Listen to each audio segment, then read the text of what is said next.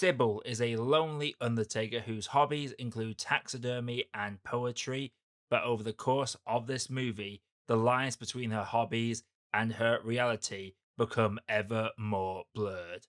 Film fans of YouTube, hello and welcome back to the channel. I am Josh, your Movie Apprentice, and today, directed by Joanne Mitchell, we are looking at Broken Bird, starring Rebecca Calder, Jessica Yemi, and Jay Taylor. Before we jump into the review, if you'd like to see on the channel, click the like button and subscribe for more video reviews like this coming all the time. Without further ado, let's jump into Broken Bird. So Broken Bird is a movie that I knew nothing about going on. This is very much an independent movie in the truest of forms. You can tell from the get-go that this is a movie that is made on a very shoestring budget, from the way it is shot to some obvious movement sounds that aren't reflective of what's been seen on the screen, to some cheap looking effects, to some obvious sound bites taken to fill an office space. There is the stamp of an independent, barely any budget movie in here. But unlike a lot of these movies that I go into and they're low budget and they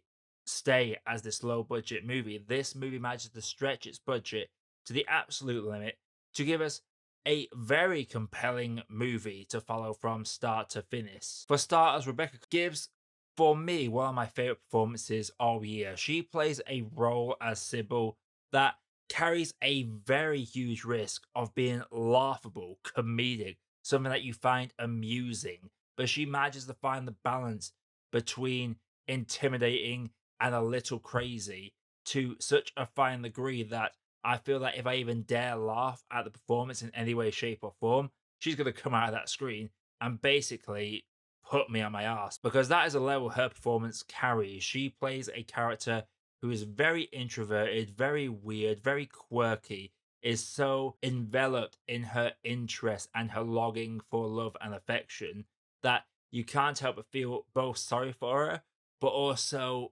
intimidated by her at the same time. It is a phenomenal role. And I love how the film juggles two primary protagonists in this. There's another character, a police officer whose son's deceased body was stolen from the funeral parlor, and they have to deal with the grief of that through alcoholism and eventually having to come out of that with a full character transformation in order to try and find out who actually took her son's body. The way that these two storylines slowly begin to merge together and intersect throughout the film's runtime, it's very engaging to watch, because for the first half of the movie, you're wondering how these two seemingly separate stories are linked in any way. And I'm not going to spoil how they are linked, but they do end up becoming linked towards the final act, and it is a very rewarding experience. And that's what I really like, is that the film is very rewarding. The cinematography, the film uses the same 3 or 4 locations, and with some of the locations, especially the Undertaker's office,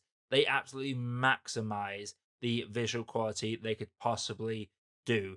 The film carries with it a sense of just genuine unease with how it is shot, how it is lit, the color grading on it, whilst it does carry that stamp of an independent film that is similar to how you would see a student film lit. It manages to break past that obvious shortfall and really leave a lasting impression on the viewer. If I had to say I had any real complaints about the movie, it's that there are some predictable elements in this. There's a whole subplot involving the boss of Sybil that is predictable from the get-go. It's one of those tired old tropes. The payoff of it doesn't feel very well earned. It feels very sudden and doesn't feel very fleshed out. The relationship that this boss and Sybil develop throughout the film, that feels very odd indeed. And there is one character as well whose motivations are very questionable, and I can only assume that the film is supposed to be told from an unreliable narrator's perspective, because Sybil is a woman that is slightly unhinged, and we see several scenarios throughout the film's runtime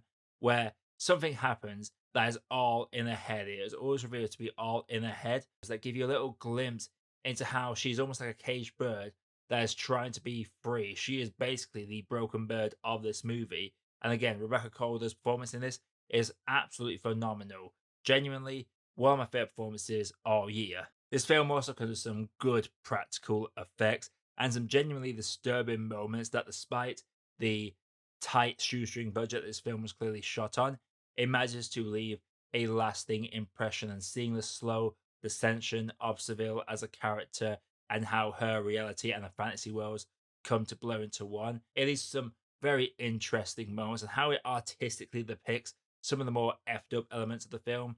That is another big point for the movie because the film is very creative. Now, before I get into my grade, if you made it to this far in the video, make sure you have clicked the like button and subscribe for more video views that's coming all the time. But without further ado, let's give us an overall grade. So, Broken Bird is a movie that I didn't know anything going into it, and I was very surprised by just how well this small film managed to stretch itself. I love it when the cinema shows these very independent movies that get almost no trailers, no screen time, and you just go in not knowing what to expect and genuinely being surprised by it. Yes, it has them shortcomings that come with those shoestring movies, some questionable effects, some corny dialogue at times, some obvious moments where sound is not reflecting what is on screen. There was a moment where a character is reversing in their car and you hear the car reversing on the sound, but you can tell from the windscreen this car is not moving in any way, shape, or form. So this is a lot of stuff in the early part of the movie that really can drag you out of the movie.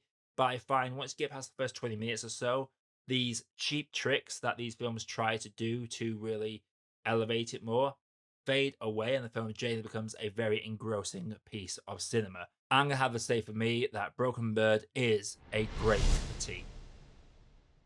So, Broken Bird, have you seen it? If you have, let me know you put down in the comments down below. Coming up on the channel, I'm doing a quick review of The Critic starring Ian McKellen before eventually getting my Beetlejuice review out, hopefully Monday, but possibly Tuesday. So stay tuned for those, and until next time, everybody, I am Josh, I have been your Movie Apprentice, and I'll see you all in the next video.